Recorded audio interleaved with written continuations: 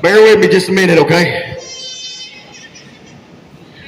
A lot of y'all are here tonight to give praise to this man standing on that picture. Most of us wouldn't be here tonight, myself included.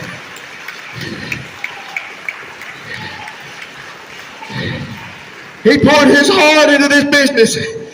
He poured his heart into so many standing around this ring.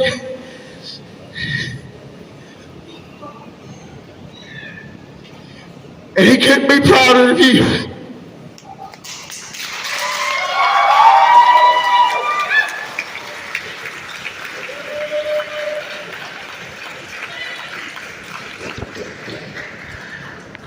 There's not a day go by that I don't find a way to put him into this world.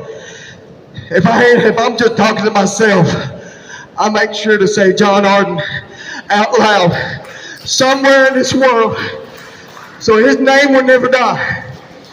And that's all I ask of each and every one of y'all. I don't care who you're talking to. I don't even care if I know who he is. You can just say there was a great man who loved this sport, and he will live forever, guys.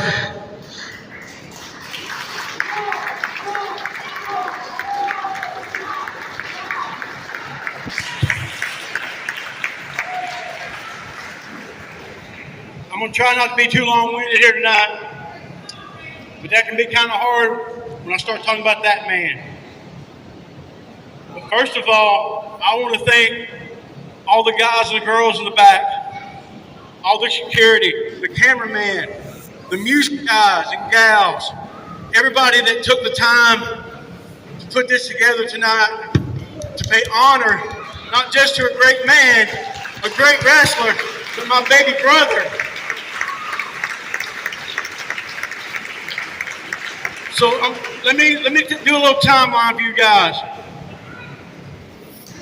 September 30th, 1977, little bitty me and my little bit bigger brother Paul are waiting by the phone anxiously to find out if mom and daddy's bringing home a little boy or a little girl. Phone rings. I want to say it was my grandma that answers the phone. And she said, "Really?" I'll let them know. She hung up the phone, turned around and goes, "Boys, you got a baby brother." We danced a jig in her kitchen. The second thing out of my mouth was, "God sent me a tag team partner." Swear. Paul laughed at me. Grandma laughed at me. But through some hard work and dedication and determination, people said it couldn't be done. We got to travel this great country together. So I broke into the business way back in 1991. September 25th started my 33rd year in the sport of kings. Within my first year, I was lucky. Everywhere was running. There was a show almost 7 days a week. John was riding with me to the shows. got to meet with some of the guys and started clicking with some of the guys. And then we were the Humphrey boys. That's what they called us. I was Big Bubba Humphrey. Then I walked into a dressing room in Chatsworth, Georgia. My life, John's life, whether they know it or not, I'd say 90% of the guys around this ring, their lives changed. We met a guy named Kenny Arden.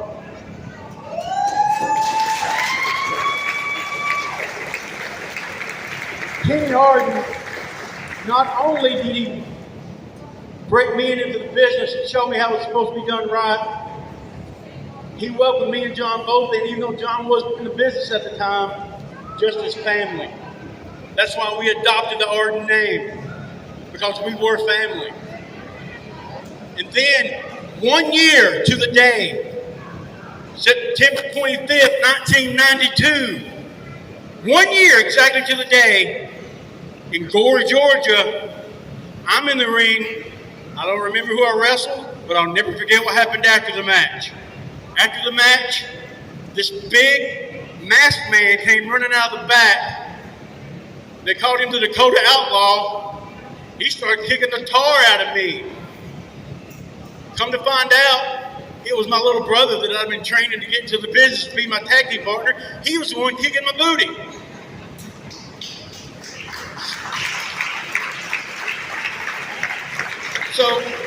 So when that happened, by the graces of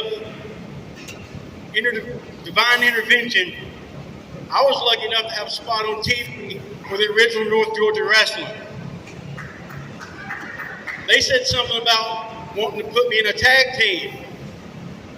And I don't know if you guys remember it or not, but Sammy Kent, the little puppet, was talking about all these people. And I looked at him, and I said, you know what? I got the perfect tag team partner, my little brother.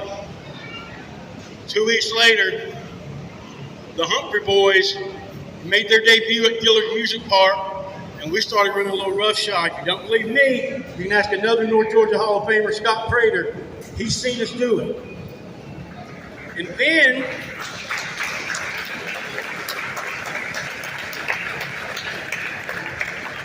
one fateful evening,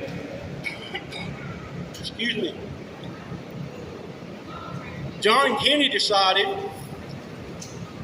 that John and Kenny were going to just be a tag team. They came up with a name called the Centerfolds. What's the first thing they did? They jumped Big Bubba. Left me bleeding, laying on the floor at Dillard Music Park. That was fine. Georgia, Alabama, the Southeast for several years, until one day, John walked up to me and goes, brother, why are we doing this to each other? Well, if we all got together, imagine what we could do. A week later, Big Bubba was put aside and Keith Arden joined the Centerfolds. And when that happened, you had three big, agile, charismatic, if I do say so myself, individuals. We ran, no lie, from Florida to Illinois to the Carolinas to Mississippi. We had so many tag team title belts at one time, we had to buy a separate bag, separate gear bag, just to carry belts. There's a time or two we'd take out the wrong belts to the wrong show because we were confused. John usually had it right. Me and Keith were stubborn. We wouldn't listen to him. But then John wanted to get a little bit more serious. He wanted to get rid of the jokes. And then he met up with this guy, some of you may remember, Big Mark Payne. And then they brought in this guy, a little squirrely, weaselly guy named Billy Love. They became a group called Hardcore Productions. And anything that I thought the Centerfolds had done in Georgia and Tennessee, they put us to shame. And then just when I thought they couldn't get any stronger, in walked a 14, 15-year-old little kid named Josh Hay. They're like, we like this kid. We're going to see if he's got what it takes to break into the business. So we put him through it, and he stuck around. And then John started training people. Me and John broke some people in, but John actually took some time and started training people. Do me a favor, guys. Anybody around this ring that was either trained by John, me, or somebody that we trained you, please raise your hand.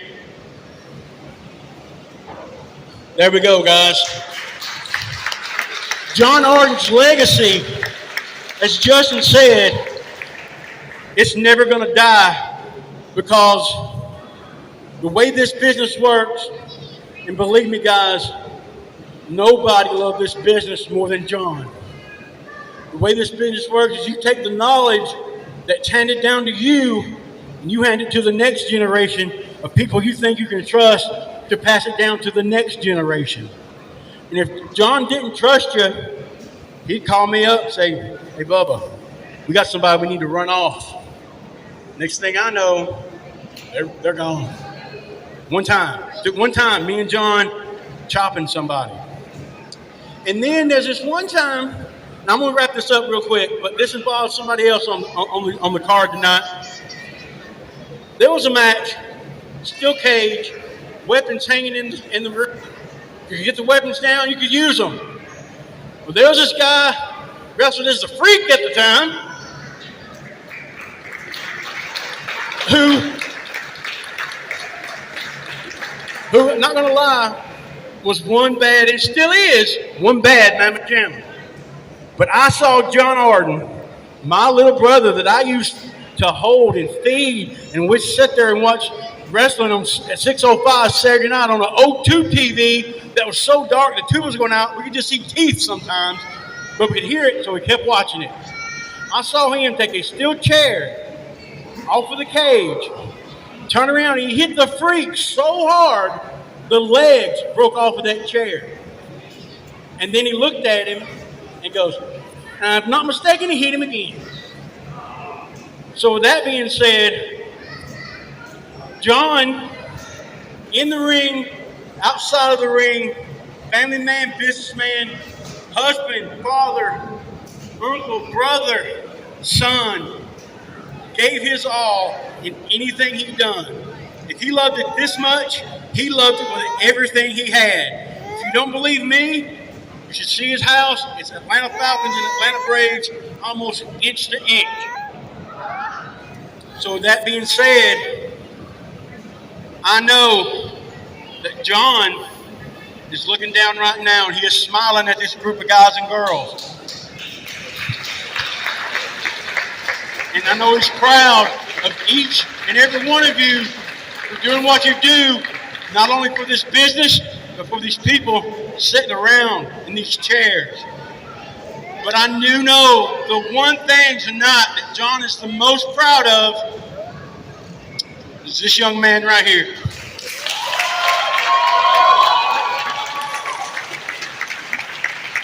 I can remember one 4th of July, Travis, I don't think he wasn't even a year old yet. His birthday was coming up. He needed to be a baby.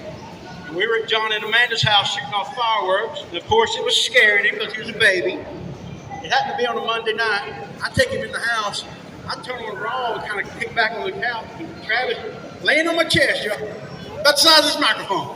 Wait a little bit more, but about the size of this microphone. And he was crying because the fireworks were still went off and scaring him. And he heard Vince McMahon talking. 2 minutes later, he was asleep. So this business is in his blood.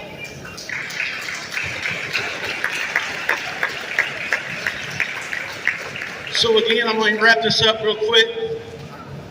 Again, thank you, not just from the Arden family, but from the Jackson family.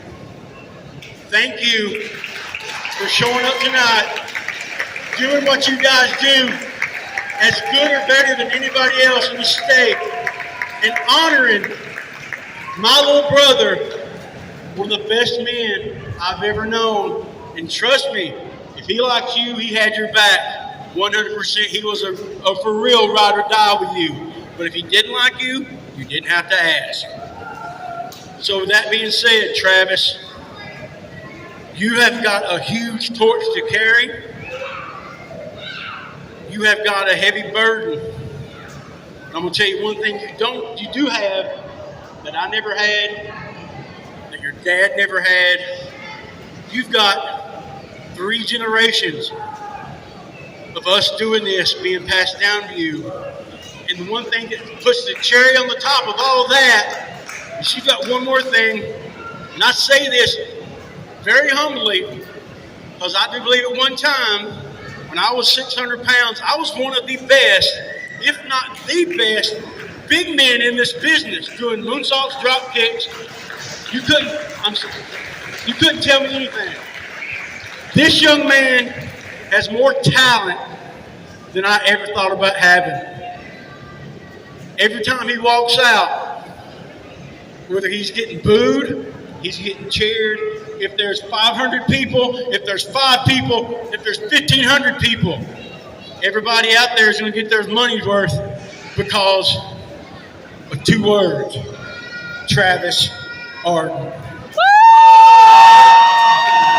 Travis, as long as there's a breath in my body, and I'm speaking for Justin, I'm speaking for the Outlaws, I'm speaking for Joey, I'm speaking for Cameron Cox. If you ever need anything inside the business, outside the business, they might not be blood family, all of them. Some of them are blood family. They may not all be blood family. This is family. Treat it that way. Respect it, love it, just like you did if we take care of it too, okay?